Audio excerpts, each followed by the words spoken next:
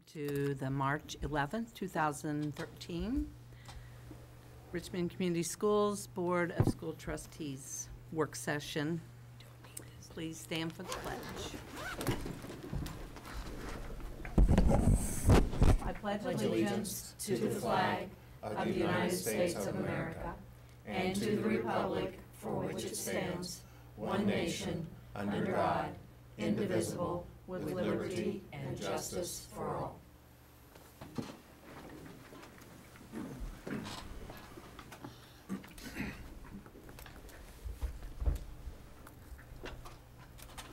Okay, we are here tonight to have public hearings and project resolutions for our bond issue. And for the first step of this meeting, I would ask Mr. Cross to briefly explain the purpose of these 1028 hearings. Yes, and I think as we talked about at the prior 1028 hearings, anytime the school corporation would propose to spend $1 million or more in any one building, the law requires that there be a public hearing to give the public an opportunity to have the project explained to them, have the financial impact, tax rate impact explained, educational benefits to be derived from the project, and then to provide the board with their input. The statute does require, and I have to confess I wasn't aware of it because it's been recodified and they kind of buried it away. It does require that the project resolutions, if they're to be adopted at the same meeting for the 1028 hearing. However, I think in this instance, the way that, and we'll need to do that tonight, but the way the board did it last time, I think is commendable because, quite frankly, based upon the input of some of the public, Mr. Stidham, and the board's own deliberations, the profile, if you will, of these projects has changed considerably since the original series of 1028 hearings. So, while Mr. Mays, I'm sure, is a little bit nervous in the timeline, the fact is that we can reasonably expect to go forward with these redefined projects and affect the financing in a timely manner so that there should not be any undue delay visited upon the actual construction by all of us having been a little deliberate in this process. So. Okay, thank you. So, I guess we are, with that being said, we're ready to open our first hearing on the Dennis Intermediate School. And for the record, Madam Chairman, I do have the publisher's affidavit from the Palladium item back showing that each of these public hearings was duly advertised in accordance with Indiana Code 531. I will provide Ms. Lips with a copy for our minutes, and I'll continue. Okay, thank you. The way I understand that that we will do this is we will open the public hearing. We will entertain any comments from the public or from board members, and then we will close the public hearing, and then we will approve the resolution. Is that correct? You will vote on the resolution. We hope it's approved. We will vote on the resolution. Let me put it that way. And then we will be ready to go to the next hearing. So, just so we're clear on that. Okay, so we are ready to, do I have a motion to open the public hearing for Dennis? So moved. Okay, motion by Aaron Stevens, seconded by Kelly Baumgartner. All those in favor signify by saying aye. Aye. Opposed, same sign. Okay. I'd like to begin by presenting a project overview. Mr. Mays, would you like to present that? Okay, thank you. For the Dennis project, what we're looking at would be teacher storage cabinets. Thank you. Teacher storage cabinets in each classroom, with 2 general storage cabinets in each classroom, which today there are no storage. Repair and paint all the walls, new carpet, new ceilings and lighting, and electrical upgrade in each classroom. In the corridors, new ceilings, lighting, locker repair and paint all walls, and provide new floor covering. Administrative areas will reconfigure the existing space where we're putting the counselor, where we're having the nurses area and center stone, and we'll add 2 restrooms, and we'll upgrade the teacher's lounge. And the main office renovation, we'll be putting in ceiling, lighting, floor covering. The offices that, as they are today, will remain, except we will upgrade each office. We'll take the student restrooms on the first floor, make them ADA compliant, new plumbing fixtures, ceramic tile, ceilings and lighting. The auditorium, we're looking at new lighting, repair and paint the walls. The existing gymnasium, new lighting, rework the HVAC unit. What we're reworking there is the noise of the unit. Repaint the walls and refurbish the floor, the wood floor, and then site work.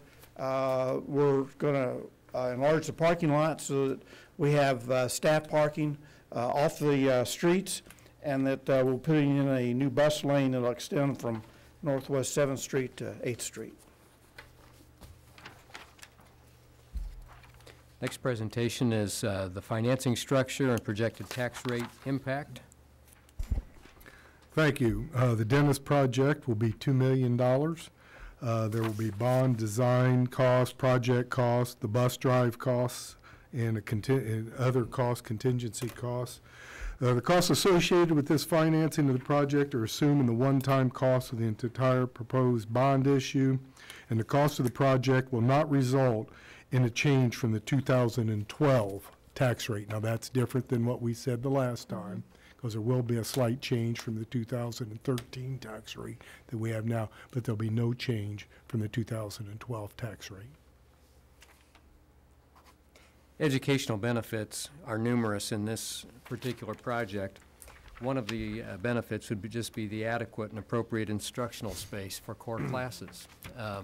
This building will have a few wall changes, not many, but the adequate and appropriate instructional space involves adequate casework and storage, and that will also be enhanced. Appropriate levels of lighting throughout the building will be put in place. And consistent climate control is important. Probably one of the most important features that people in the neighborhood will notice would be the enhanced safety provided by that bus lane, which will get buses out of the circuit they're now in. They enter off of 7th Street, they come back onto 7th Street. That's where the parents pick up the students. That's where the students let out to walk. I mean, there's a lot of congestion there. This will put buses out onto 8th Street, as Mr. Mace talked about, which alleviates some of that congestion on 7th that happens twice a day, every school day. So that's one of the nice features. Another nice feature, focusing on safety, is at the very entrance of the building, there will be a vestibule created which limits the access that people would have to the rest of the building. In order for parents, visitors, other students to go into that building, they must go through the office now once they enter the front doors. We don't have a feature like that right now. But with concerns about safety, this seems to be just a rather obvious improvement.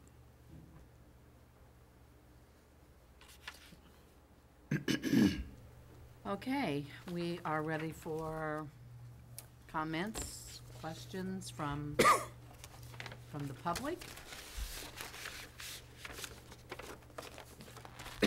And from the board. Aaron? Just one comment. A year plus ago, when we did the renovation to the parking lot at Star School in preparation for this year, I believe that has worked out very well. We're not getting a lot of calls or situations of calls with congestion up there to that particular location. I've spent probably 10 hours in the last couple of weeks there patrolling the area of Dennis Middle School, and I just want to add my support in regards to the parking area and the bus drive-through. as I sat there and I've repositioned my car numerous times, there is a scare factor when you're having children that are crossing from Peacock to Pearl Street to 7th Street, vehicles coming, and then having the big buses pull out of there too. So I think that if this is approved, that with that addition of that bus drive-through to 8th Street, it is going to not only create a better situation for parents dropping off students, but also a more safer environment for parents picking up or dropping off students as well. Absolutely. Okay. Anyone else? I've said it all. Okay. I guess I need a motion to, Pat Heine makes a motion to close the hearing, and Dixie Robinson seconds that motion. All in favor signify by saying aye. Aye. Opposed, same sign. Okay, the public hearing is closed. Now we are ready to vote on the resolution. Pat, I move that we accept and adopt this project resolution. and seconded by Kelly Baumgartner. Questions, comments? Although, If there is anyone in the audience, TV audience, trying to follow this, resolution has been posted to the web on board docs, just as a reminder. All these resolutions have. thank you. All those in favor signify by saying aye. Aye. Opposed? Motion carried. Now we are ready to move to the public hearing for the Richmond High School. Do I have a motion to open the public hearing? Motion made by Suzanne Darengowski, seconded by Aaron Stevens. All in favor signify by saying aye. Aye. Opposed, same sign. Public hearing is now open. And you'll notice a pattern here. Yes. Mr. Mays will present the project overview, Mr. Coddington will present the discussion of financial structure, and I'll present the educational merits and benefits. So, Mr. Mays, project overview. Thank you. What our plan would be to provide field turf on the football, and we can say / soccer field when we put the artificial turf on. We would relocate the existing bleachers to the west side of the field, and the purpose of that is to tear down the concrete bleachers that are at the point where they could be structurally unsound, so we would not have to buy new bleachers, and that the goal now is to have all your home fans on one side of the field and your visitors on the other, so that we would move the bleachers that are on the east side over to the west side, and then leave a small section of 300 or 400 seats on the east side for the visitors. We would install a new press box. Along with the bleachers and the track, and the football field, we would add a 7-lane track, refurbish what's there. Basically, it's taking out what's there and reworking because of the age and the problems that we've had. We would then have to provide a storage building for the materials that have been stored in the cement bleachers, and people see that nice space right now, and they're actually only been using a third of it because of the water infiltration in the existing bleachers. Then we would tear down the concrete bleachers. I think one thing that's interesting that Mr. Bolzer gave me, that as far as athletics are concerned, the hourly usage for the football program, as it is today, would be 77 hours in the fall. If we combine the soccer program and the football program without adding anything else, and this does not include PE, doesn't include band, all that, we were looking at 728 hours of usage on that field because of the multi-use of the turf.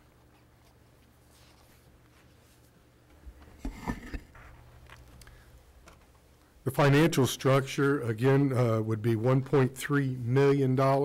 This includes bond costs, design costs, the fields and facilities, and contingency costs.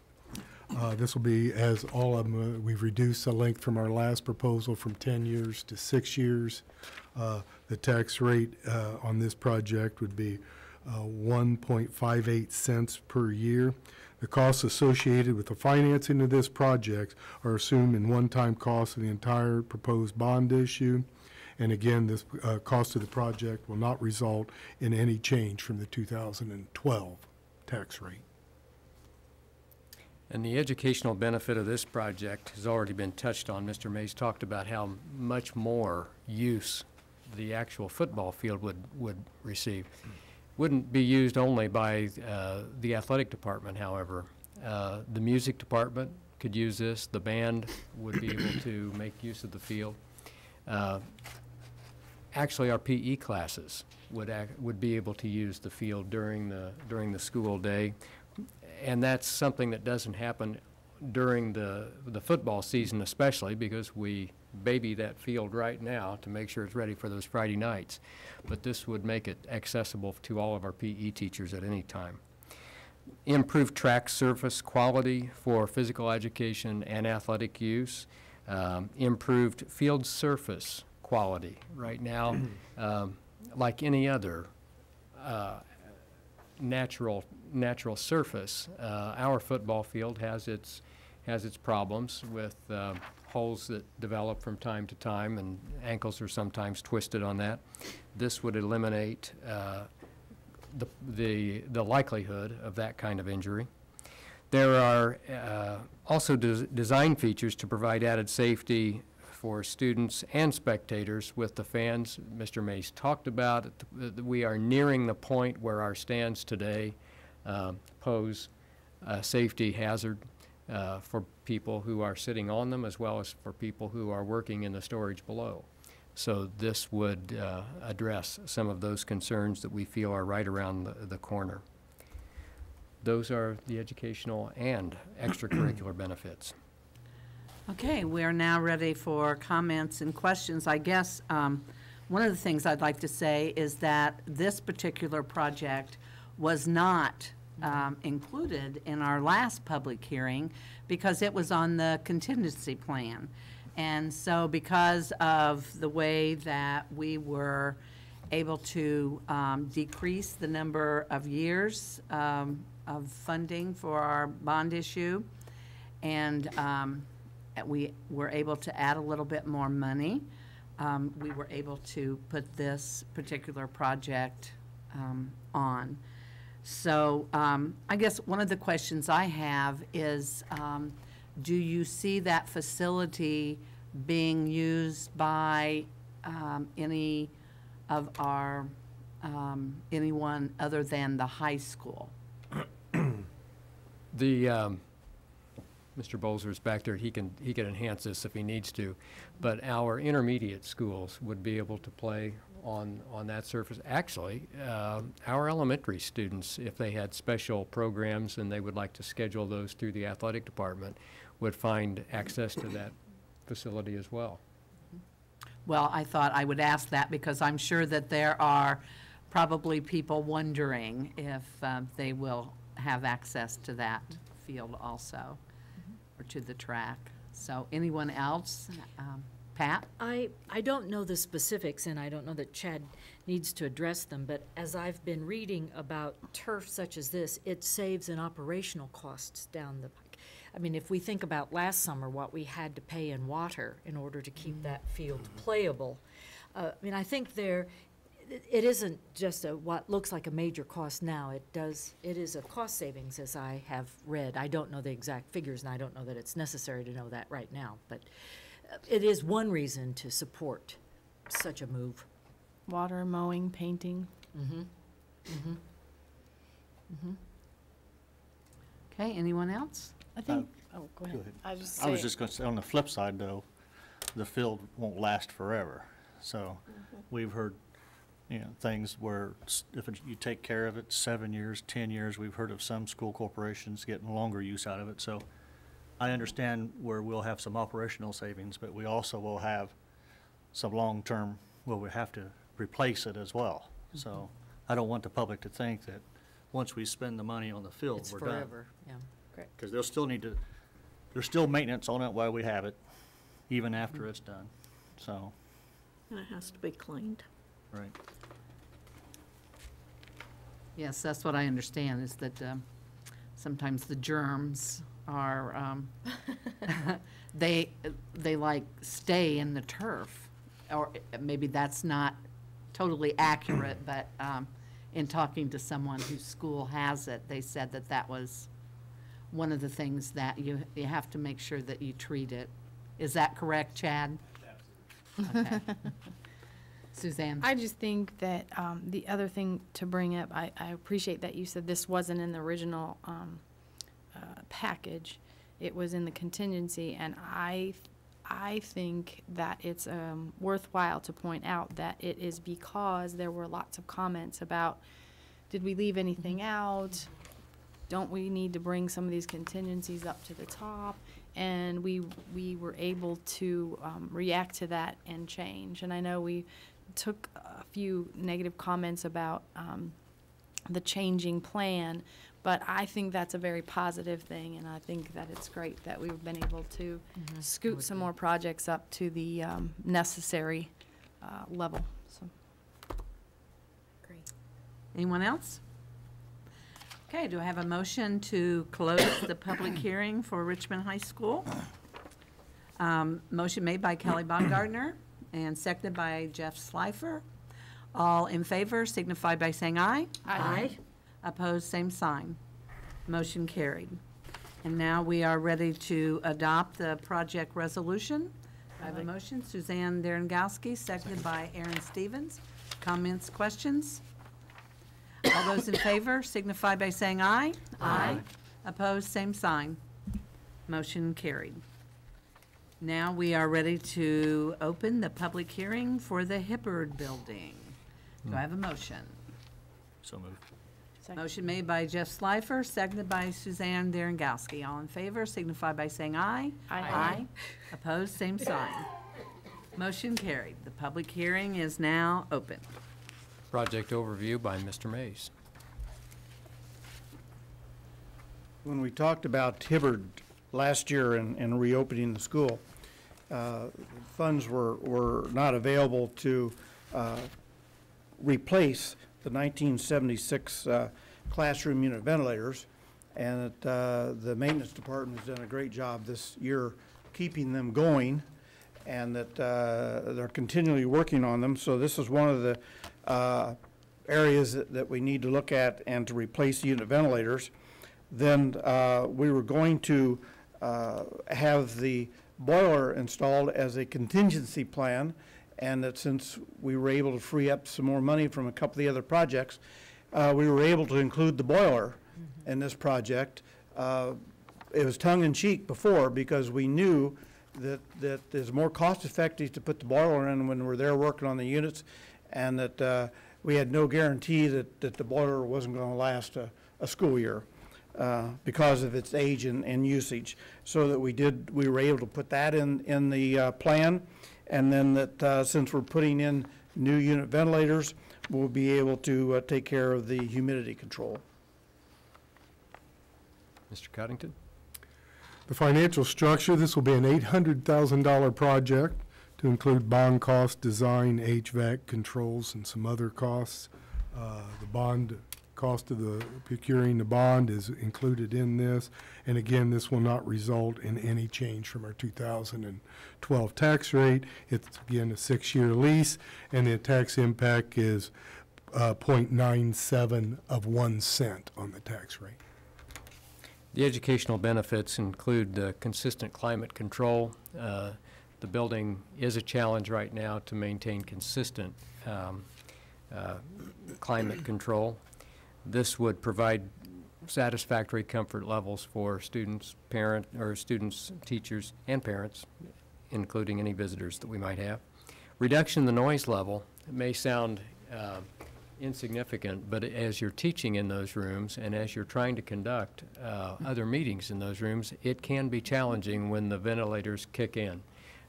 Having new ones from the modern era would be nice for the teachers and the students. Okay, we're ready for comments and questions for the Hibberd. Kelly? I just wanted to make sure that we took into account the fact that we're going to have more students. We're moving classrooms over there to Hibberd, and so the whole, we don't get them over there and see that we need something else. That's all been planned out and programmed out, and it's a question. That's a question? Yeah. Well, I can't say that, I would love to have us so hard-pressed to accommodate growing numbers of students that it would be a real challenge for us, but it looks like we have ample facilities over there for the students that we are assigning to that building. Thank you. They're going to be, does there have to be any kind of accommodations made for those students, or? No, that will be, It's- all the classrooms are being taken care of in this project. Except for the special needs area, which was already done. That's already been done. Hey, anyone? And if anybody has any doubt, just walk in there and listen to them. It's pretty obvious really quickly. We're teaching them. That was from the beginning. Okay, any other questions or comments? Okay, we are ready to close the public hearing. So moved. Pat Heine made the motion. Second. Seconded by Kelly Baumgartner. All in favor, signify by saying aye. Aye. Opposed, same sign.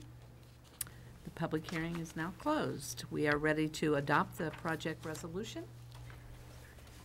Dixie Robinson makes I the want to make, Yes.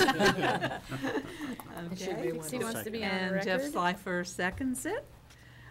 All those in favor, are there comments and questions? All those in favor signify by saying aye. Aye. Opposed, same sign. Motion carried. We are ready now to open the public hearing for Westview Elementary. Do I have a motion? Motion made by Suzanne and seconded by Aaron. All those in favor signify by saying aye. Aye.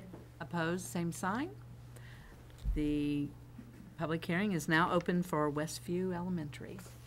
Mr. Mace? The scope of work of Westview hasn't changed. We're just looking at it maybe a little bit differently.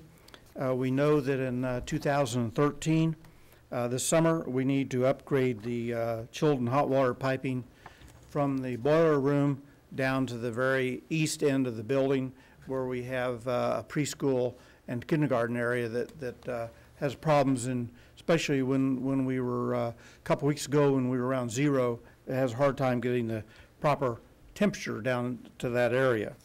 Also, we're looking at humidity control, and we're going to look at that in summer of 2014. It's not like Hibberd where we're replacing the units and we can take care of the humidity problems with the new units. That the existing units over there that we're going to look at and putting in some supplemental humidity control in each classroom. And we want to go through this spring, fall, and winter to assess exactly where we are having humidity control problems. Then we're looking in 2014 of some roof replacement. We know that it's been patch and repair up till now, and that we need to do some replacement. So that's part of the project. The educational benefit to this would be the consistent climate control throughout the building. I think it's obvious that you need a roof to provide good conditions for a building. So this one is a very basic project, and the educational value is implied through a lot of the work. This will be a $700,000 project for 6 years with a tax rate implication of 0.85 of 1 cent on the tax for 6 years. And the total projects that we're talking about, again, do not raise our tax rates from the 2012 baseline. Okay, comments and questions about the Westview project? Hearing none, do I have a motion to close the public hearing? Jeff Slifer, seconded by Dixie Robinson. All those in favor signify by saying aye. Aye. Opposed, same sign. Motion carried. Now we need to adopt the project resolution for Westview. Do I have a motion? So moved. Pat Heine, seconded by Suzanne Darengowski. Any comments or questions? All those in favor signify by saying aye. Aye. Opposed, same sign. The project resolution is carried. Okay, we're ready for the public hearing to open for Charles Elementary. Do I have a motion? Suzanne Darengowski moves that the public hearing is open for Charles. Do I have a second? Kelly Baumgardner. All those in favor signify by saying aye. Aye. And opposed, same sign. Motion carried. Public hearing is now open for Charles Elementary School. Mr. Mays. What we would like to do at Charles, we have an addition, existing addition on the east end of the building that was built in the 80s, and that when we went through the renovation several years ago of the entire building, we looked at renovating that area too, but it was not a high priority, and then the money wasn't available to renovate it. So now at this point, 25 years later, we need to renovate those 4 classrooms. What we're looking at doing is putting, typically of what we've done in the other classrooms that we renovated several years ago, of putting in computer stations in each classroom. We already have smart boards. We'll be reworking their whiteboards. There are no student lockers in there now, so we'll be installing student lockers, classroom storage cabinets, a sink with storage cabinets, and then replacing the carpet and VCT tile, paint all walls. We'll be putting in new ceilings and new lighting and humidity controls. This is one of the 4 classrooms. There's 4 classrooms on the building that we've had humidity problems, and we're going to address those with that separate unit I was talking about on what we're looking at Westview, and it's similar to what was used at Fairview. Staff parking is a premium, and that we've made a pledge to have all staff parking in an off-street parking lot, and we're looking at that at the east end of the building, and then we're looking at a new canopy for drop-off of and pickup of students by their parents. Mr. Coddington? The financial structure and tax implication of the Charles project. This will be a $500,000 project for 6 years. The tax implication is 0.61 of 1 cent. Again, a 6-year project, and will not result in any financial change from our 2012 baseline data. And the educational value of this would be the consistent climate control again, bringing the 4 classrooms into sync with the rest of the building, but also to upgrade the carpeting as we can, I should say the flooring as we can. Also, the safety features by bringing in a new parking lot would take several cars off the street or off areas where there is congestion now. I would emphasize that this parking lot that we're talking about would not replace or would not eliminate the basketball goals. Those would still be part of the parking lot, and on the weekends. That's good, because that is a popular spot. They're very popular, and we want to make sure that everyone knows that those will be preserved. Of course, the canopy is an element of safety. And because of some of the movement that Mrs. Baumgardner talked about, students to Hibbard, we will have adequate and appropriate instructional space for art class. Right now, we don't. And also for a preschool class. And at this point, we don't. Those are the educational benefits. Okay, thank you. Comments, questions on the Charles project? Dixie? Does this mean that one of the preschool classes at Star, they will go down to 1? Maybe. What we'll have to do is see how the registration goes for that. Okay. We anticipate that there may be more as a result of this. Okay. I just want to express that the canopy is not a frill. I was there one day when it was raining and trying to get kids out of their cars into the school. I mean, that's a long distance. Somebody said, "Why do you need a canopy?" It is not a frill, it is a matter of not only safety and comfort and health for kids. The last thing they need is to be soaking wet when they go inside. Jeff? Just for my clarity, the humidity control, there's no humidity control in the rest of the building right now, but we're just going to do humidity control in those 4 classrooms, correct?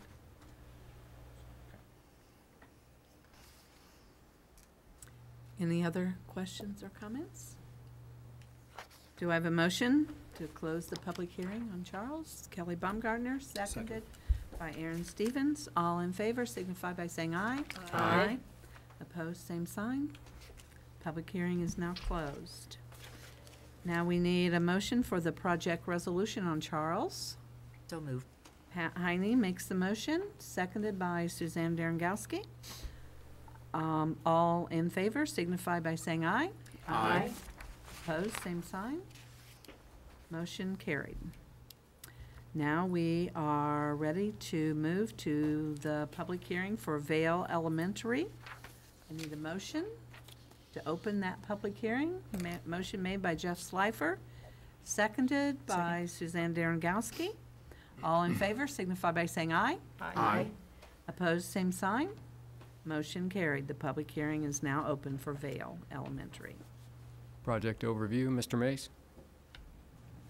This is similar to Westview, where we are looking at humidity control in the entire building. Humidity control in a 2-story building is different than a single-story building, and that we're planning on doing that again in 2014, because we're going to do an extensive study this spring, fall, and winter, so that we make sure we get it right. We did clean all of the classroom unit ventilators, the coils, over the fall, and that should help, as we did the same thing at Westview. So that we will, though, in summer of 2014, provide humidity control in all areas of Vale Elementary School. Mr. Coddington? Financial structure of the Vale project, this will be a $400,000 upgrade for 6 years, and the tax rate, projected tax rate would have 0.49 of 1%, not increasing our 2012 baseline tax rate. The educational value of this would be consistent climate control, also the elimination of dehumidifiers throughout the building. There are dehumidifiers sitting in most of the classrooms, taking up valuable workspace, as well as creating noise. Comments and questions on the Vale project? Hearing none. The public I need a motion to close the public hearing for Vale Elementary. Motion made by Aaron Stevens, seconded by Kelly Baumgartner. All in favor signify by saying aye. Aye. Opposed, same sign. Motion carried. Now we need to approve or vote on the project resolution for Vale. Motion made by Aaron Stevens, seconded by Dixie Robinson. Comments, questions? All in favor signify by saying aye. Aye. Opposed, same sign. Motion carried. Now we are ready to open the public hearing for Fairview Elementary. Do I have a motion? I do. So Pat Heine makes the motion, seconded by Kelly Baumgartner. All in favor signify by saying aye. Aye. And any opposed signify with the same sign. Hearing none, You almost got motion through. is carried. Fairview is a project where we were able to tweak some dollars out of it, because in doing some further research, that half of the rooms there do have humidity control, and that it's separate than the unit ventilators. If you go out there and you walk in a classroom, it's right above the door that leads into the classroom, and it is working. But there's no humidity control in the office areas and in the air handling units that services those areas, so we will be addressing that problem. Also, there's about 5 or 6 original unit ventilators that date back to the early 70s that are still working, and we've been able to keep them going, and we will be looking at replacing those units. Mr. Coddington? Financial structure and tax implication, this is a $300,000 project for 6 years at a 0.36 of 1 cent on the tax rates.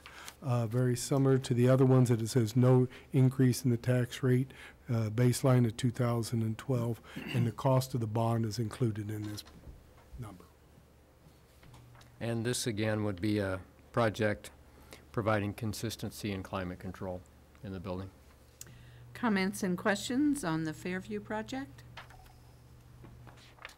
Hearing none, I need a motion to I so move. close the public hearing for Fairview. Motion made by Jeff Slifer, Second. seconded by Aaron Stevens. All in favor signify by saying aye. Aye. Opposed, same sign. Motion carried. Now we're ready for the project resolution. I need a motion. Motion made by Kelly Baumgartner, seconded by Suzanne Darengowski. Comments and questions? All in favor signify by saying aye. Aye. Opposed, same sign. Motion carried. Okay, we are ready to move to the public hearing for technology. I need a motion to open that hearing. Motion made by Pat Heine, seconded by Aaron Stevens. All in favor signify by saying aye. Aye. Opposed, same sign. Motion carried. Mr. Tidrow?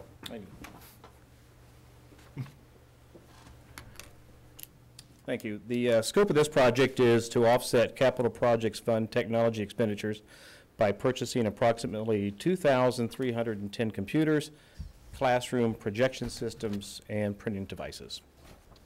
Thank you. Mr. Coddington? The financial structure, this is $1,750,000 for 6 years with 2.12 cents anticipated on the tax rate. There is no bond cost because there's not a project associated with this, but it will allow us the opportunity to have annual flexibility for the next 6 years in capital projects that without this we would not have.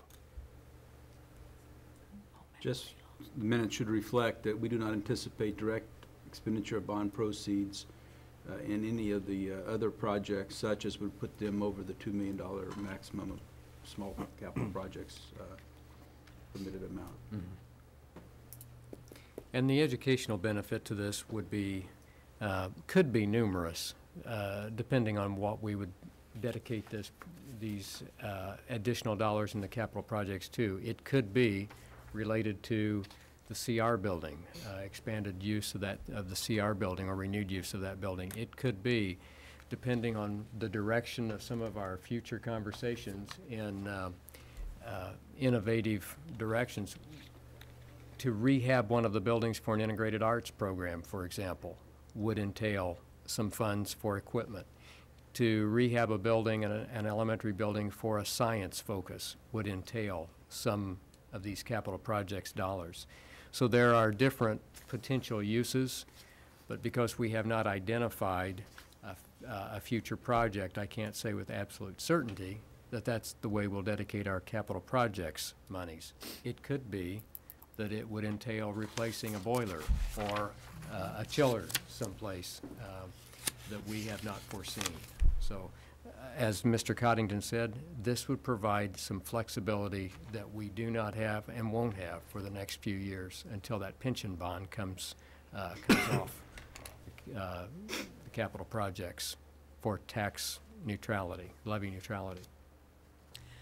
So because this is different than our other, all the projects,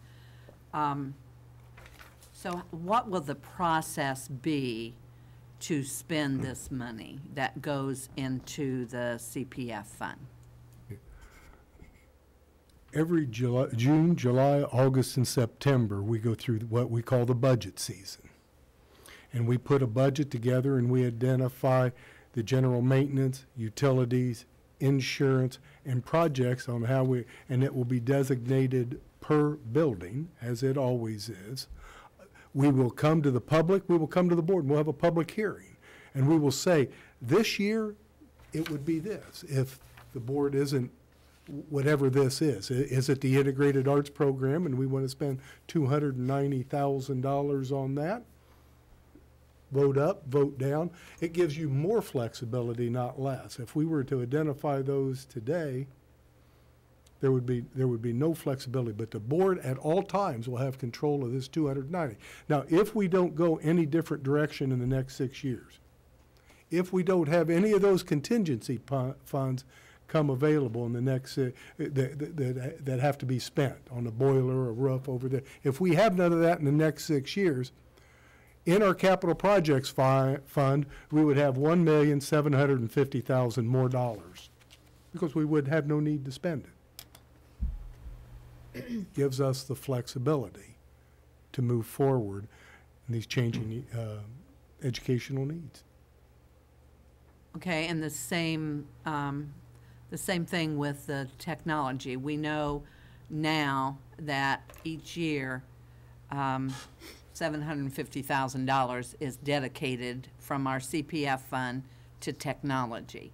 So what process is used to spend that $1.7 million? Well, it would be approximately $290,000 a year, and he has just said, is what he was saying, is on computing devices. We didn't say laptops, we didn't say iPods, we didn't say that. And printing devices in classroom, whatever the technology works for. This, he's identified now, not what building, but so instead of $700,000 a year in technology, there'll be $290,000 left. So you would see a technology plan next year for 700 minus 290. You'll see a technology plan in capital projects for $410,000 next year, not 700. But he would be able to give you that information just the same way when we go through the budget process. I don't say what we're buying with those $700,000, but he certainly could. Mr. Tidrow certainly could. And we could tell you the 410, and he'll tell you how he was spending the 290 on any given year. Thank you. Other questions and comments? Jeff? Well, out of all of our projects, this is the one I have the hardest time with. But I just want to clarify a couple points. When we say there's no bond cost associated with this 1.75, but we have bond cost. The cost is there, it's just absorbed in the other projects. Sure. So I don't want to mislead the public and make them think that there is no bond cost, because that is 2.5% soft cost that we're incurring. At least I think I'm correct on that. No, not on that. I've put those into the individual projects. The interest cost would be there for the 6 years, yes, on the one, but the whole $1.75 million will be buying computer devices. I understand that, but we've taken that cost that's associated with getting that bond. That cost has been pushed into those other projects. Correct. So that's where the 2.5%. Right. That's what I'm saying. For clarity, there is a bond cost. It's just not associated with this 1.75. Mm-hmm. And it's all been accounted for in the other 7 projects. The structure of how we're going to account for this, I think, to answer and clarify Linda's point a little bit, out of the $700,000 that's in the capital projects now, and I think that's actually been reduced to $649 or something like that. There was a reduction. But about half of that is hardware cost now. The other half of that is software cost. So what they're intending to do, the way I understand it, is that you're intending to transfer the hardware cost of that out of our current CPF. Right. So we are, and I've said this before, this is a creative way to kind of create a savings account for our CPF.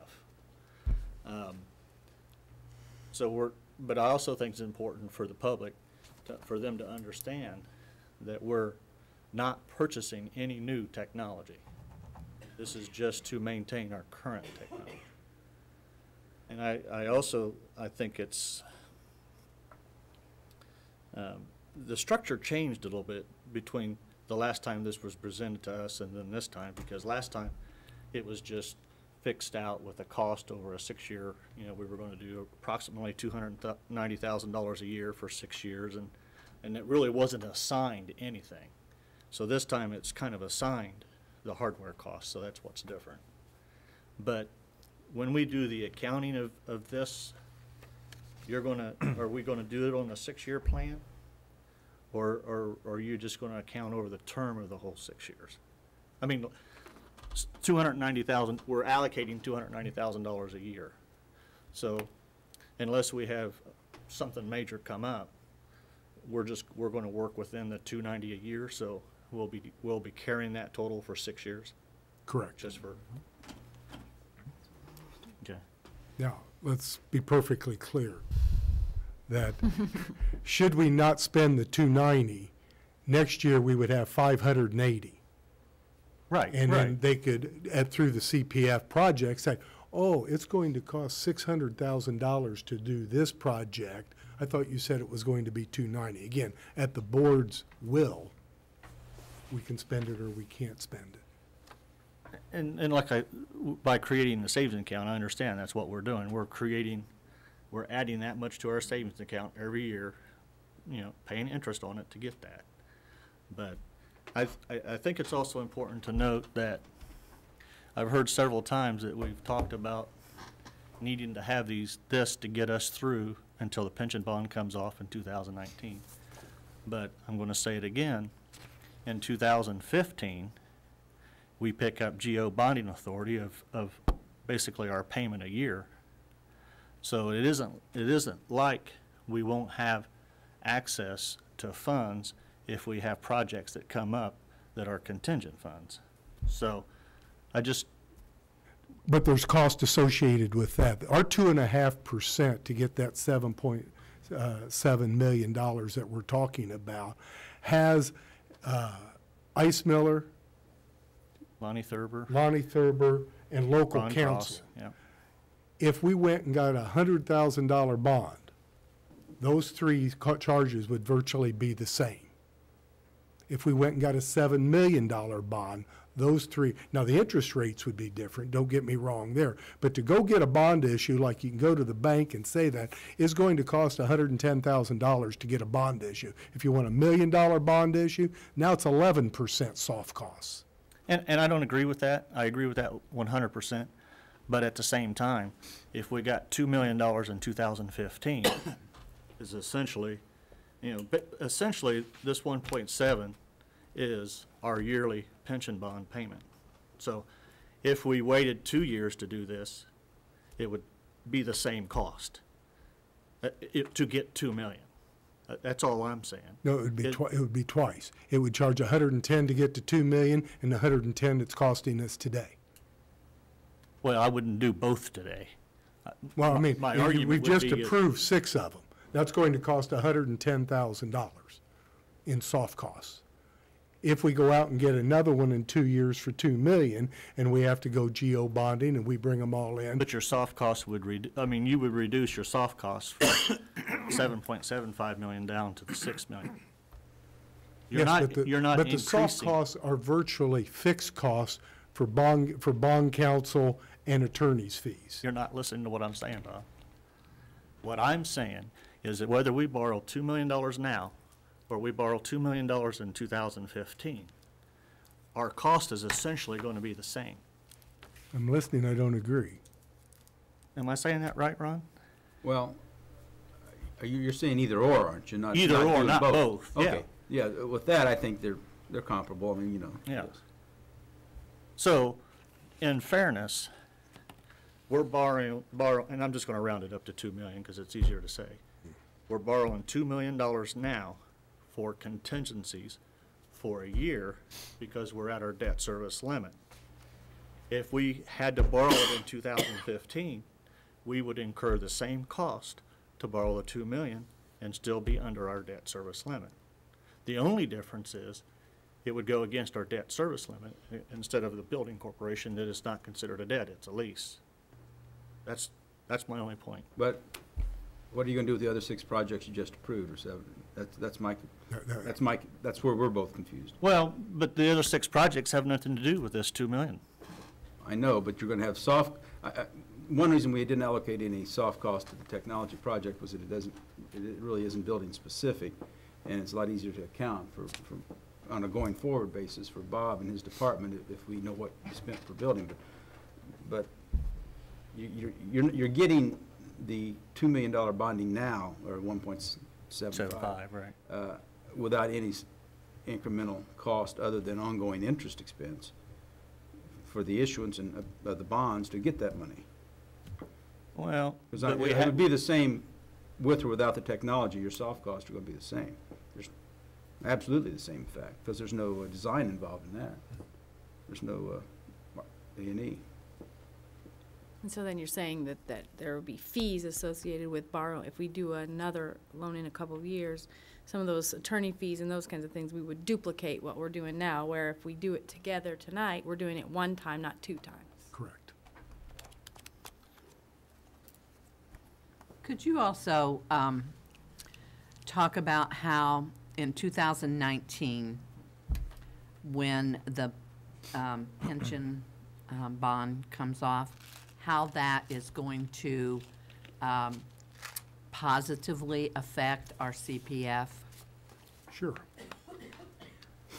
In 2004, when we took the bond issue out for the pension bond, they said you could not raise taxes to do it. So we have a 1.75 payment for a pension bond. We had to reduce our capital projects $1.75 million a year for 15 years. In 2020, when the pension bond is paid, we can go and get our full levy on capital projects, which would add 1.75 a year to our capital projects. Then, as we've done since the beginning of Richmond, we would have $750,000 more for projects annually, and you set $1 million aside on that for future projects, to where then, when you need to renovate a building, you have the cash like we had for Crestdale. Pat? Since you're mentioning pension bond, this may be a question for the meeting, except when I read the information about the change in the interest rate of the pension bond, it says it would not change our repayment schedule. Will it change our repayment amount? That would change the levy neutrality within our CPF? It wouldn't be enough, I wouldn't think, to make a major difference, but There are 3 options, and we've had City Securities run 3 options. We can take the savings and say, instead of ending our payment in January of 2020, we would end it in July of 19. That's one option. Shorten the length. Keep it at 1.8 million, 7 million. We can have it levy for over the next 6 years, keep it till January of 2020, and make our payments 1.5 million rather Right. than 1.7. which would change what happens to CPF, Which which would is what, say. okay, But we also have a levy shortfall that we got to be worried about. right. Or, and this is what we haven't come to a conclusion yet, we can take our savings up front and not have a July payment of 2013, of which we have today's levy for 2013, which would give us our shortfall money in our cash balance, and we would keep the payment the same, but we'd have money to pay the last payment. So it really doesn't impact this conversation we're having now in No. major way, other than it will, well, it have an impact, but it may not have an impact on this technology. Okay. Suzanne?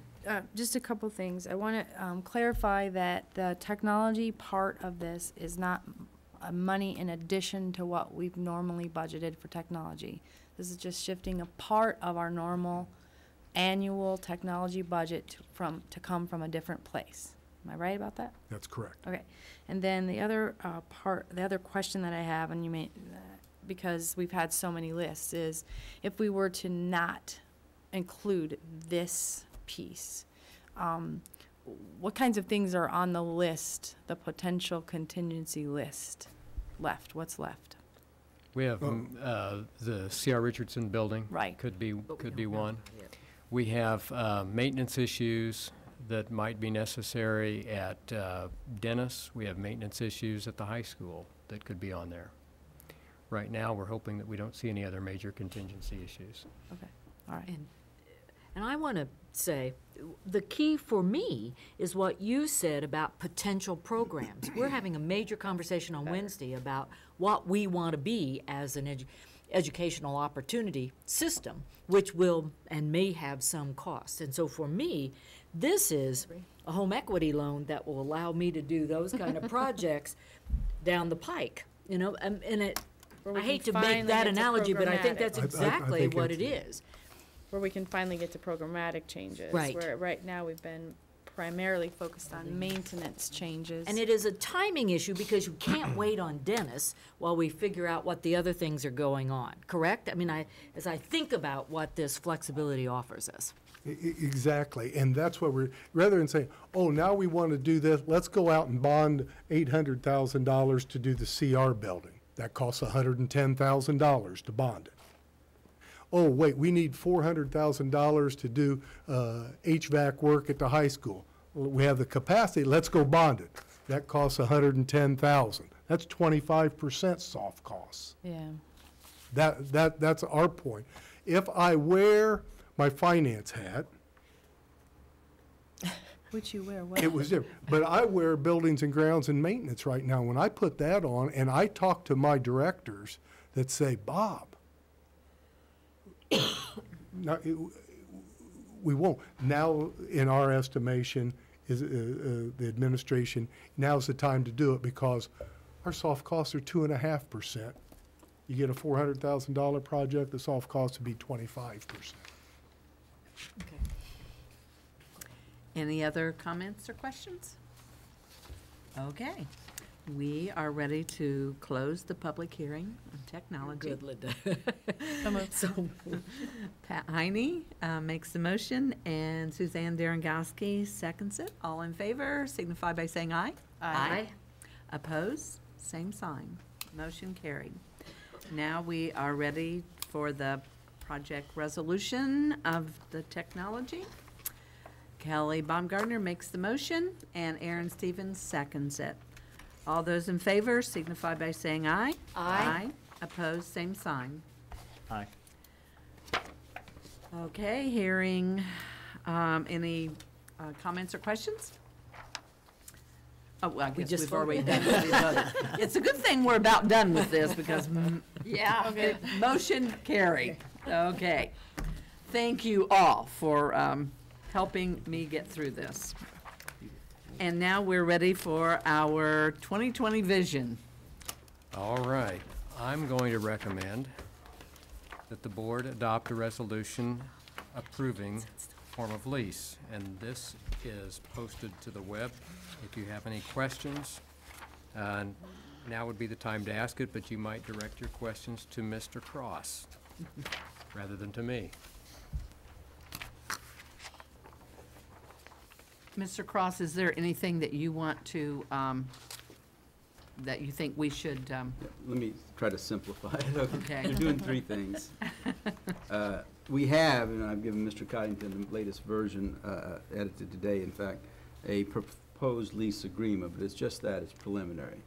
Because the actual lease rental will not be determined until you sell the bonds, because the purpose of the lease rental is to pay the debt service on the bonds. We don't know how much that is till we know the actual interest rate. Now, we're not dealing with a range of variation that's going to be that great, given the low interest rate span we're looking at. But in any event, the estimated lease payments are 700 and, wrong document here.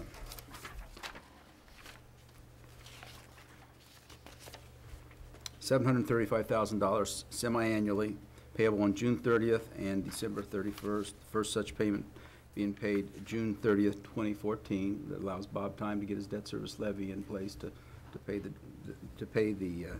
lease rental. The lease term as written is for 8 years. Now, let me, before we panic on that, let's back up and explain why. The lease will go into effect when we close on the lease and sign it, which would be April of this year. We know we're not going to make any lease payments until July of next year. So that adds basically a year on the front end of it, because the title to the Dennis Middle School, which is what we're talking about now, the leased property, not any of the other buildings, title will vest in the holding corporation at closing.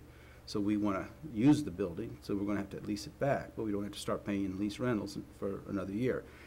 There's an additional year added at the end in case there would be a construction overrun in time-wise, but that's just a formality because the lease ends on its own terms once the bonds are paid off, and the bonds are scheduled to be repaid in 6 years, and I think that's pretty safe. So that's that aspect of it.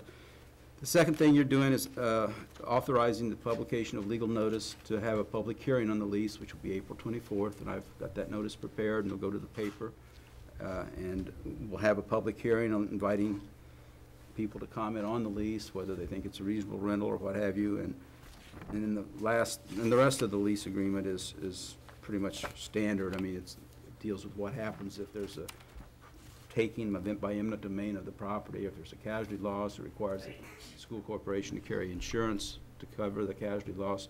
It's not a terribly difficult or complex document. As leases go, this one's 13 pages. To get lawyers to say anything in that length of time is somewhat overwhelming. You said it. Finally, the third thing you're doing is you're acknowledging that Mr. Mays has heretofore prepared schematic design drawings, those things that he uses this little light emphasizer to highlight, and you're approving those at least as they're in their preliminary form. Ultimately, there'll be construction drawings and bid documents prepared, and they are in fact available and have been for public inspection, so as is the lease form. So all that is what this two-page resolution or three-page resolution is doing, and the next thing will be done will be the advertising of the public hearing on April 24th. There will be no action taken on the March 27th date, and that's kind of by design. I knew I was going to be gone because that's spring break for our school, and we asked that nothing be done the next week because it's spring break for Richmond. So we're looking at a little bit of a hiatus there, but that gives us time to do some other things. Okay, we have a recommendation to approve the lease. Actually, you're approving the resolution. Resolution. Approving the preliminary. It says formal lease, but obviously it's preliminary till we sell the bonds. Okay, the resolution approving the form of the lease, right? That's correct. Okay. So I need a motion. Jeff Slifer, seconded by Pat Heine. Comments or questions? All those in favor signify by saying aye. Aye. Opposed, same sign. Motion carried. On the next three items, we were planning to ask for approval of letters of engagement. I would like to ask for an approval of just one tonight. I'm willing to withhold that and we do it all at one time, just so we can focus on the total soft cost. As you wish. Because I think that's something Jeff and others have interested in. And you can see that the estimated cost, I think, we hope are high, that the numbers Bob's been throwing out, but we'll get that in writing. We don't have the other two at this point. So will we do that on April the 24th also? We can do it anytime between now and then. It suits the administration. Okay. Bring it. It's not a terribly lengthy thing. I just want to make sure you have the board has the engagement letters in their possession in a sufficient time. Glad you can trust us, Ron. Okay, thank you. All right, we're ready for a discussion on the future of the C.R. Richardson Building, and what I'd like to do is review with the board and the public what I know, because there are many things that I don't know and can't help you with. But here is what we do know. Indiana Code 20-26-7-1, Section F, talks about closure of buildings and how they become available to charter schools.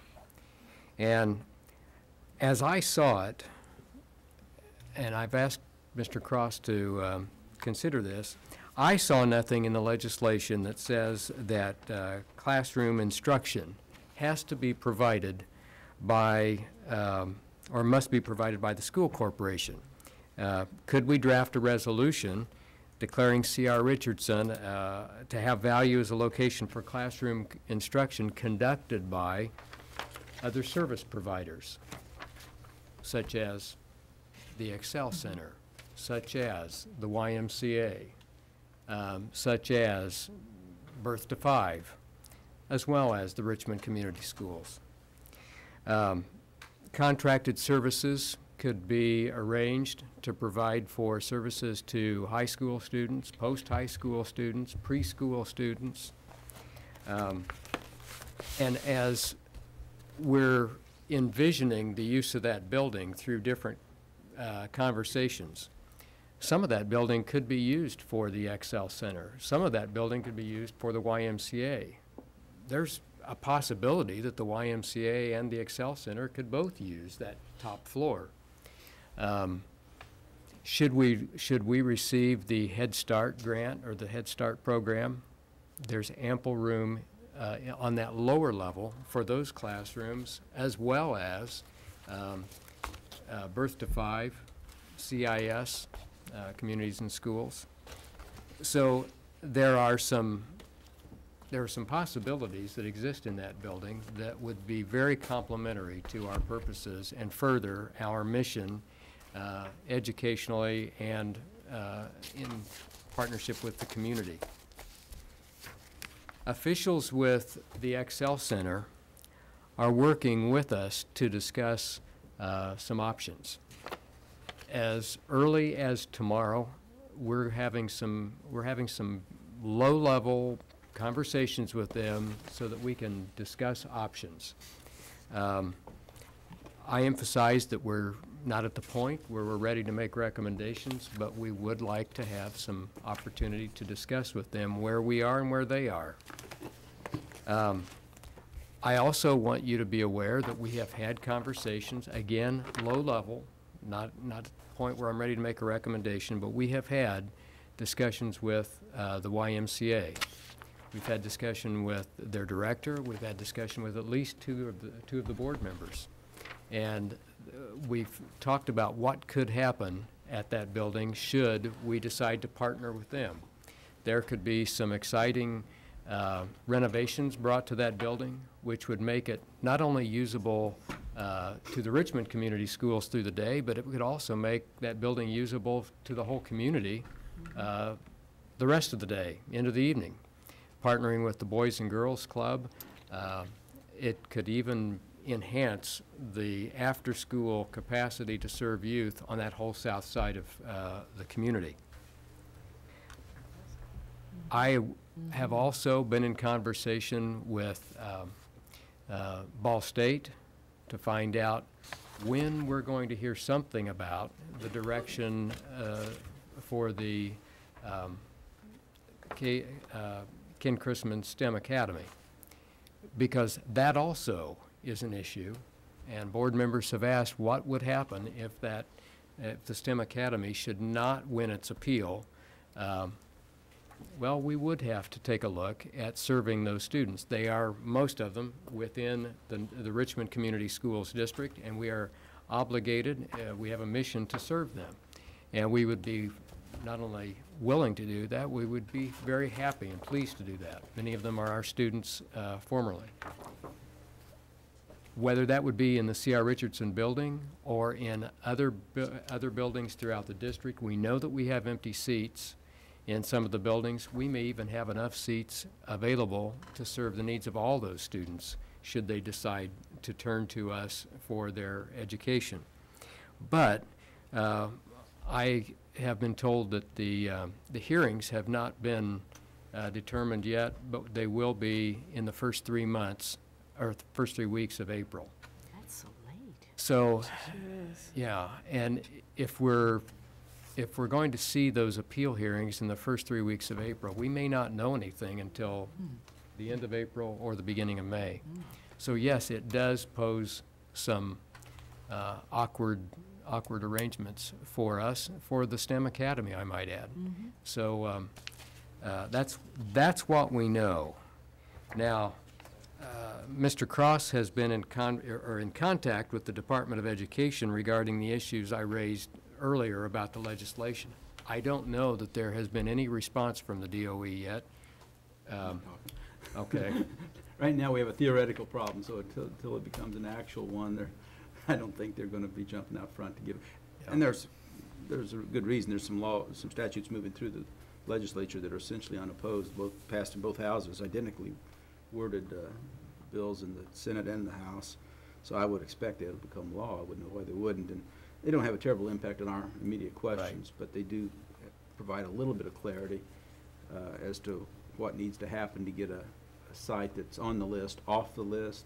There's supposed to be a form promulgated by the Department of Ed that allows us to allows the school board to basically to petition the DOE to remove a site from the list. For instance, we need to get Hibbert off the list. We need to get, we're obviously spending money on it. We need to get Baxter off the list. As we, and the statute would not change the definition of the term availability. It wouldn't, a building would not become available for use by a charter school absent the consent of the board until at least 2 years had passed from the date the site was first put on. And I assume ours, since it was an August 1 report date, I assume this past August was the first time that That's right. that the CR building went on the list. So we have it to August of 2014 to So we're left with a year. yeah, and uncertainties. And there's, I think there's a lot we can do before that 2-year period runs out if we want to allow for some of the opportunities that Dr. Worth has alluded to. We could enter into a typical lease for whatever term, you know, that the tenant would want. We have to comply with the leasing statutes, but that's a very viable possibility. And at that point, the property's not available because it's being used for classroom purposes, and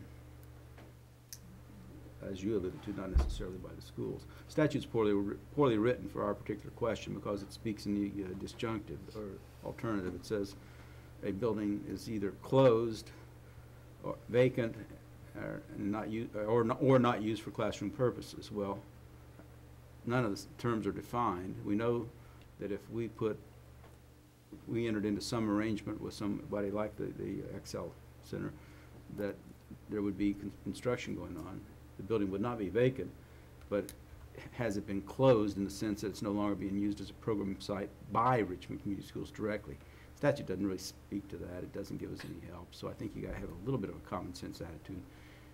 If they could lease it for $1 in a year in 2 years, we ought to be able to enter into a lease with a similar type of charter school entity prior to that time that gives some flexibility and may even give us some fair market rental income. Yeah. Just depends. Especially if they're highly complementary or to what we do. Well, that's up to the board. That's a policy decision. But I'm just talking about the mechanics because, like I say, the existing statute, it leaves a lot to be desired as far as clarity. But I think if you apply a common sense attitude, we ought to be able to put kids back in there, whether we directly program or do it through a third-party contracted service provider. Okay. Let's see. Well, I had a question on if a charter school, if the building is empty for 2 years, a charter school takes it over, do they then have ownership of that building? Is that right? Well, it's either ownership or a lease. But I'm not sure whose option that is. I think it's the board's. Okay, They the choose. reason We I'm get to asking choose is because then if they fail as a charter school, do they have the right to sell the building for a profit? Well, if it would be, if they owned the building, I suppose they, But you're not recommending that at this point. no, I'm not. And we always have the option of leasing it rather than, Well, the statute addresses either leasing it or selling it. So leasing That is in protects it? us. in Yes. that, Okay, Uh-huh. because I was confused about, do they actually get the building right. after 2 years? And especially where CR's sitting. Yeah. is a problem. I'd tear it down. Again, the statute isn't clear. It speaks to either leasing or selling. It says if you lease it, it's $1 a year rent, but the tenant pays the utilities, basically the cost of operation, maintaining the building. But did you cited an example in Fort Wayne where they actually went ahead and sold the building. Before the correct? 2-year period ran. And the trial court upheld their right to do that, and I don't think if it's advanced to the Court of Appeals, I've not seen an opinion come out. I didn't know we could do that. This was attempting to, the new statute's attempting to kind of address some of those issues. So it would follow then, there was no reason why we couldn't lease it before the 2 years is up. Yeah, I also. mean, I think the only way, again, the statute has to be applied with some common sense. And it seems to me like the way it should be construed is that the board, the elected officials who are the trustees of those properties have that discretion. There may be buildings you couldn't wait to get rid of, and a sale for $1 would be a win-win, you know? And that's why you have that opportunity. But likewise, if a situation like we're in, where the location of the particular building and the uncertainty of what's going to happen in the future, and in the future meaning 4, 5, 10 years down the road, you may not want to totally give up your ownership and control of the building. Yeah, and the space. But at the same time, if we lease it, or, I can't imagine that Excel Center or anybody that would come in and lease it would want to lease it on a short term. You know, I would think that, I don't remember, I read their initial proposal that they sent to the state board. I don't remember if it had a term in it or not, but I would assume that they would be asking for a minimum of 3 years, if not 5. But That's relatively short term. The point is, I would want to build in language that says that if the school corporation, the lessor, needed the space for educational purposes, which means you would be directly programming in it, that the lease could be terminable upon whatever reasonable amount of notice would be required. We've done that in other situations, Glen Hills being an example, I think, that I can think of, before we got rid of it. Well, I think what we need to talk about also is,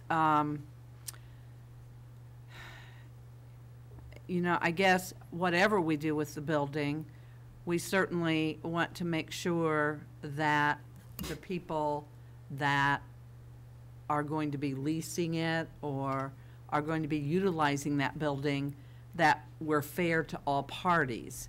And that includes us.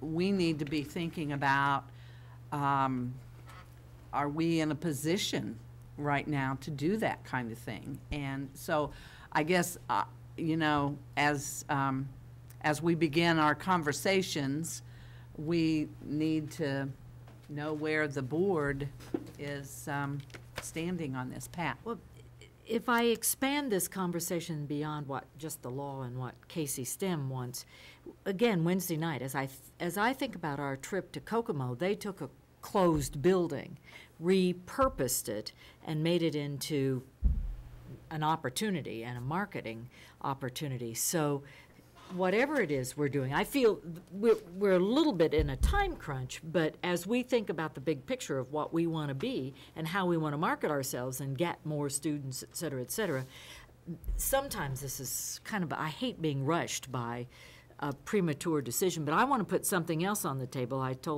asked Bob a little earlier, where does the health clinic stand? Because I can see that whole block as a comprehensive community center for the south part of town, where they need the health clinic, where they have recreational opportunities, because there's nothing there. There isn't a park in the south end, you know, and so we have opportunities beyond what we might do just for classrooms. So Bob tells me that he has to send an update to say we haven't made up our mind yet about what we're going to do. So you do that every quarter.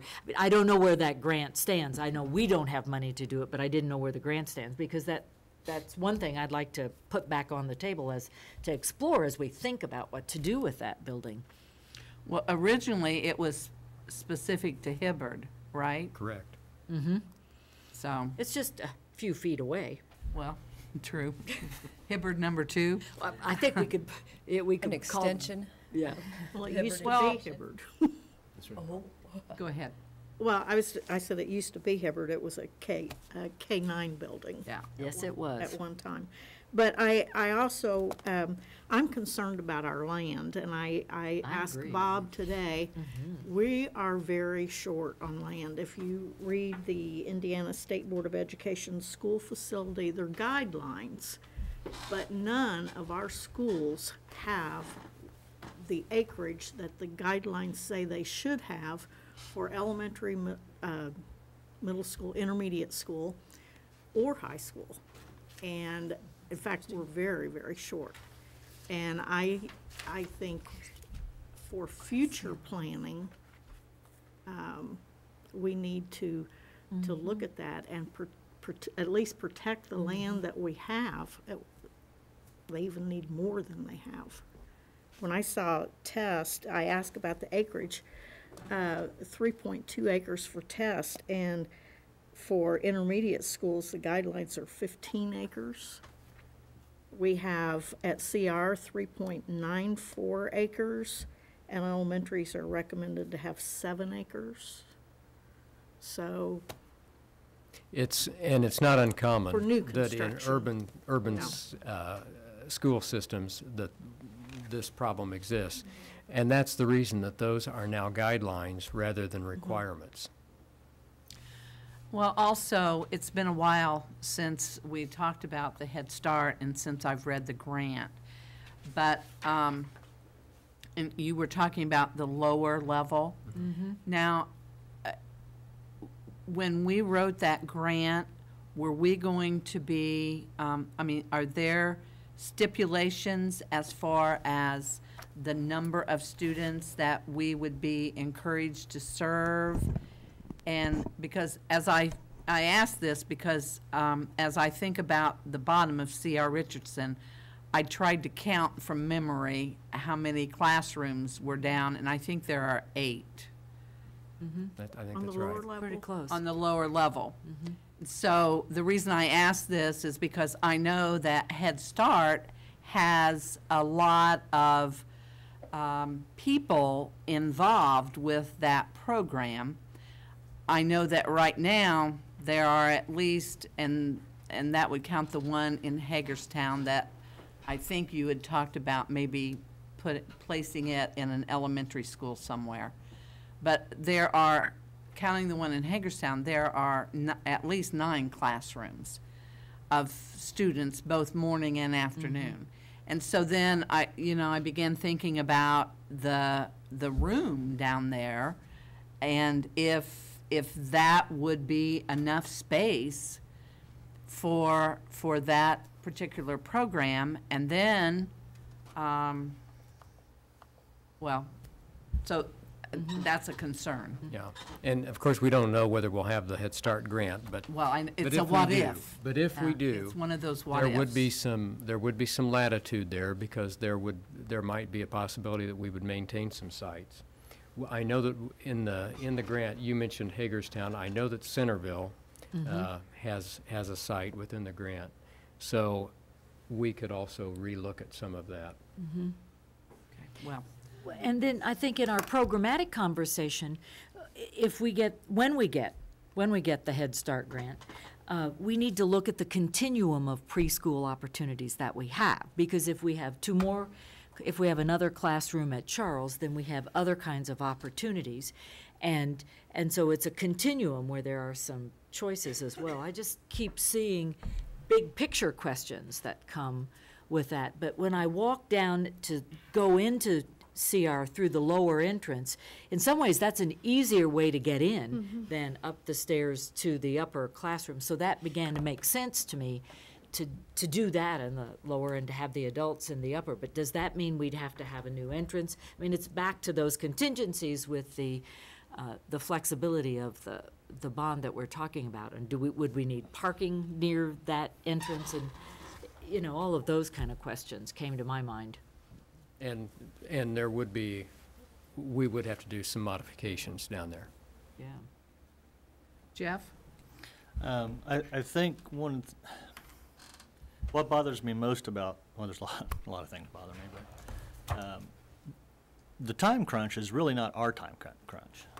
the time crunch really, in my opinion, is Excel Center's time crunch. Because the state board came back and said that they approved their charter as long as by the end of March, or I think it was the end of March, maybe it was April 1st. April. Basically, unless they have that building secured by April 1st, I don't think this charter was approved. So unfortunately, I heard you mention being rushed and time crunch. I mean, I think first we have to kind of decide what we want to do with the building first before we can worry about the Excel Center. I would find it very difficult to make a decision and yet we not even have an answer on the appeals for the Galileo School. So, we could be talking the end of April or the third week of April. Why does that make a difference for us? Can't we enter into a contract with Excel if we, the board, say we want to do that? I think. Are they legally Aren't you talking connected about to- providing a spot for the Galileo, or the STEM Just, Academy I'm students? not still convinced that we won't need to reopen that Oh, I see building. what you mean. Okay. That- I think For that's our the point. I see what you mean. I thought you meant just Yeah, he's concerned STEM that and we Excel. Oh, I agree. put people in there and then Yeah, I we need agree. it. What if? That's one of the reasons why I mentioned the lease, because, Excel will be making a fairly big commitment by saying, yes, we want to lease the facility. But with that comes, we would also lose some flexibility in what we could do with the building. Except that, didn't you count how many chairs? Did you say open chairs? We had, at one point, we had 245 open seats, K through 4. But I had no idea, I Maybe didn't they're go. not in the right places. They may not be in the right places, they might not be at the right grade levels, they may, all of those. I mean, that's a lot of information for us as a school system to try to absorb. And if we have to place those students in the fall, we're going to have to react much quicker for that, I think, than we're going to have to for the Excel. But I think that's one question. The other question, I don't know, do we really want to manage buildings? I mean, I think we need to kind of decide ourselves as a school system. I really am not interested in Richmond Community Schools becoming a Property manager. yeah, property manager. It sounds fine, but it'll still, even though we could possibly receive revenue, I mean, with leases comes maintenance support and then if we're a property manager and I look at what we're funding for Richmond Community Schools, and we don't have a Richmond Community Schools program in that building, then I would be a little hard-pressed to approve spending $800,000 to replace the ventilators there. Because it becomes a matter of, all of these things are nice, but my first priority, as far as I'm concerned, is supporting Richmond Community Schools. So we have a lot of questions that we really need to deal with. So it'll be interesting to, on the meeting, what the proposal is. I kind of feel like our hands are tied. Yeah, it's not our time crunch, but it kind of is because Head Start is out there, and we don't really have a timeline on that. And also, The Galileo is out there. appeal is out there, and we don't really That's have any kind of control over that. right.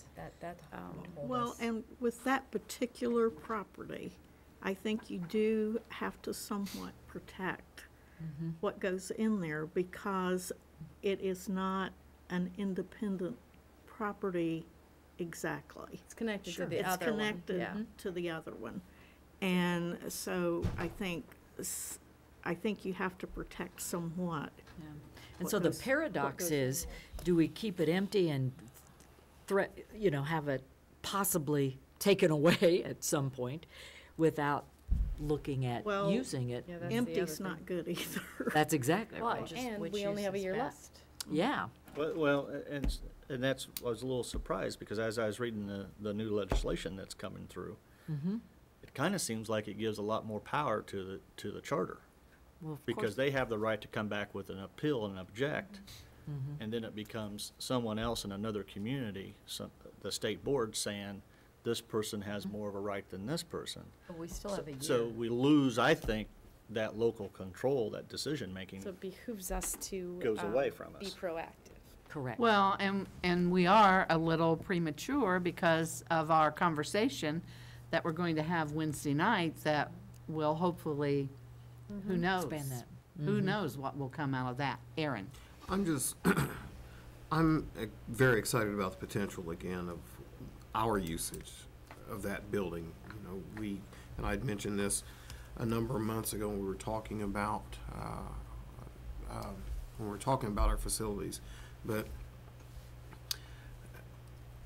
when you look at the possibility, the potential of housing, whether it be Head Start, but the YMCA, Birth to Five, some of those service organizations out there that do serve and that they do educate, I'm looking at that as a continuum of what our mission is as a school corporation when it comes to serving and educating, but then also looking at something more global in that area, because there's really not much, and I'm so excited, you know, with what we've done at the Hibbard facility, you know, and how that is going to just completely look, you know, and change the facade and the appearance of that over the next couple of months, and how that is reinvigorating, you know, that particular area. But if we were to do something with the CR building in the proactive manner with those service organizations, again, mentioning those that you have spoken about, they do serve young people, they do educate,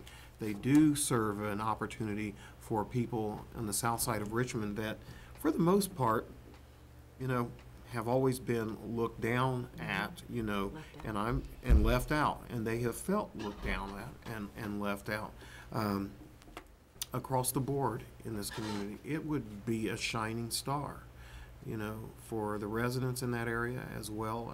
I'm looking at it more, you know, as what it can do to help an otherwise, I hate to put it this way, but an impoverished when it comes to educational and other opportunities in that area. It's an impoverished area, and we could really lead the way with bringing back not only a community pride there, but also still following our mission with educating and doing that. I am more concerned about doing that than what may happen with the Kenneth Chrisman STEM Academy. Just one last comment about Excel. And as I talk to folks who were somewhat connected with trying to bring Excel here, Excel is a recruitment tool for getting young students into a school system. And that's part of what was, you know, driving some of the move to have it there. If we are in this competitive mode, which we have to be in, offering services to parents that bring students into our buildings is not a bad thing. You know, and it's not just educating adults, it really is educating many adults who have young kids who are either in our system or who are possibly in our system. So it can also be a marketing tool as well as an educational tool. And in today's competitive environment in which we are functioning, we have to think about that, and that's hard for me to think about all the time, but I just put that out on the table to add to our thoughts about what Excel could do for us. Yeah. Can I say one more thing, too? Yes. Dr. Bohr, you may speak. I also think it's important to remember that opportunities don't last forever. Right. We didn't time when it was coming to us. Had we been able to choose when this opportunity should be brought before the board, I think we'd have chosen a better time. But the opportunities might be here and they might be gone when it would be the optimal time for us to be making that decision. But when we're talking about partners and performing the educational mission that we have, I'm not asking you to consider anything new or groundbreaking. We've done that with Ivy Tech. They are a partner with us. They're performing services to further our educational mission that we used to do on our own, but now they're doing it for us. We have the diplomas program, actually occupying real estate, doing a service that we have not chosen to do, but furthers our educational mission. We have Centerstone. We have a number of small partnerships like the Third Grade Academy. The strength in educational mission completion is, in the future, is going to be a function of how well we can muster the resources of the community. I think the day when we are standing alone and trying to do it all is long behind us. So what we're proposing with the YMCA, with Head Start, with the Excel Center, is kind of a picture of how we may be looking at serving all of our missions in the future by calling upon the community to work with us. In this way, we're not only addressing our own mission, but we're also addressing discrete missions of other groups within the community that strengthens us. If we provide opportunities for these 200 to 300 people who need high school diplomas, think of the residual positive impact Their parents of for our our own kids, probably. students. Yep, Yeah. they are. That's right. And so, yes, it could be a recruitment, but the more important piece is we have adults achieving some educational value that carries on into the homes where we have students. We can talk about that much more too, but just my 2 cents worth. Well, and along those same lines, I think it's important that if we do lease the building or retain control of that building, that we have partners like that have long-standing Right.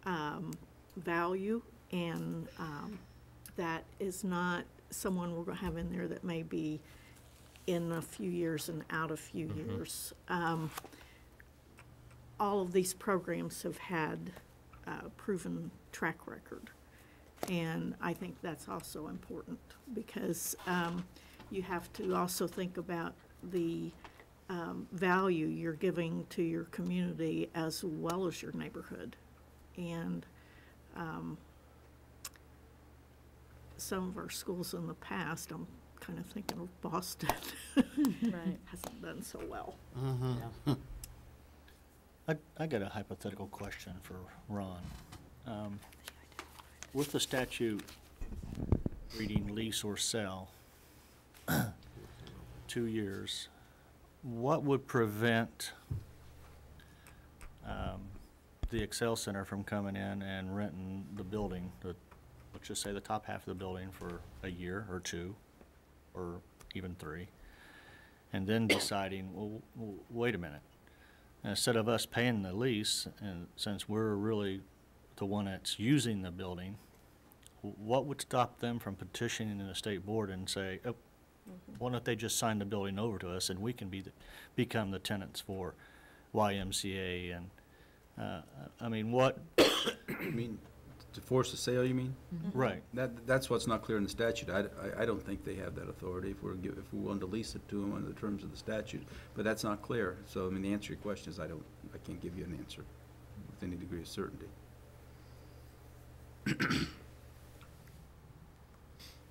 Thanks, the legislature, right?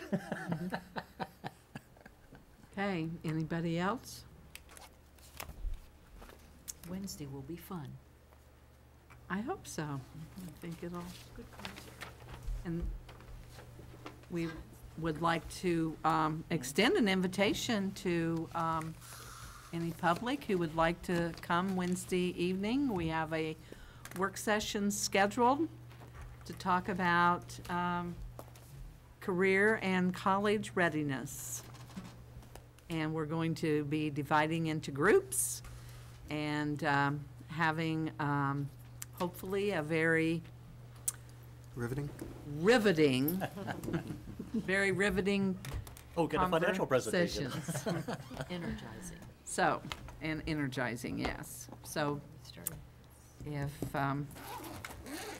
you would like to come and join in, we would certainly love to have you come on Wednesday evening at 6:30, right here. Anything else for the good of the cause? Thank you all. Meeting adjourned.